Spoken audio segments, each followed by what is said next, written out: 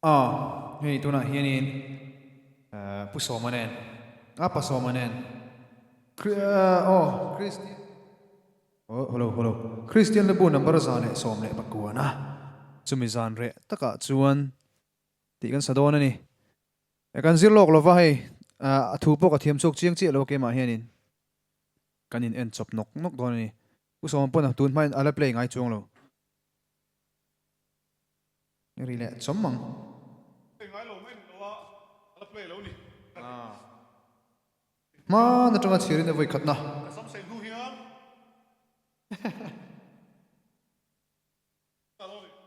Ale.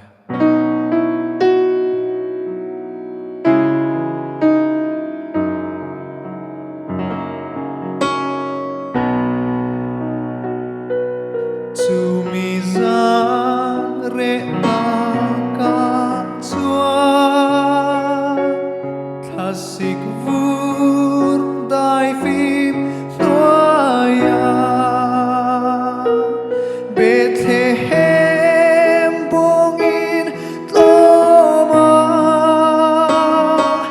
lal Krista alo piang ta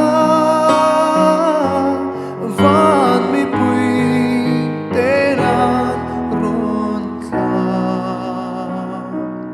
kan sual min tlan tur leile van lal ni ma se leile van lal ni ma se thamang zan na ran thleng ma lo ni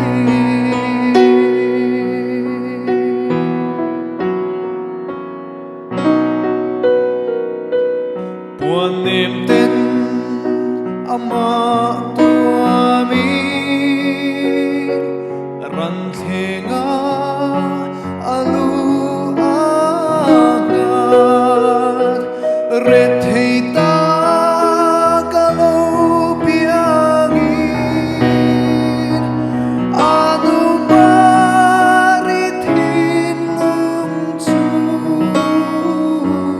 mun namin at suntang ta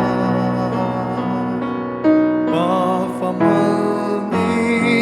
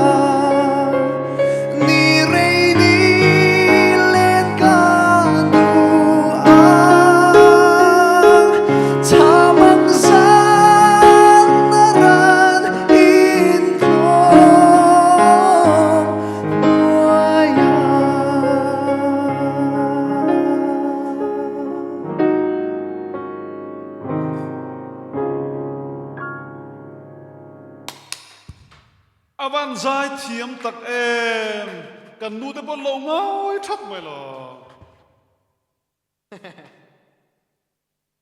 Kina.